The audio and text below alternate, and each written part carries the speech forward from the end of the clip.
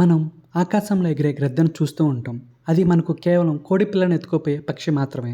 కానీ గ్రద్ద జీవితం నుంచి మనిషి నేర్చుకోవాల్సిన గొప్ప నీతి కథ ఒకటుంది. గ్రద్ద జీవితకాలం 70 సంవత్సరాలు. దానికి 40 సంవత్సరాలు వచ్చేసరికి తన కాలుగోలు బాగా పెరిగిపోయి ఆహారం సైతం పట్టుకోవడానికి కూడా వీలుండదు.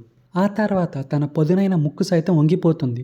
దీనివల్ల ఆహారం తినడం కూడా కష్టమవుతుంది. తన ఈకలు బాగా పెరిగి ఆ బరువు రెక్కలపై పడుతుంది.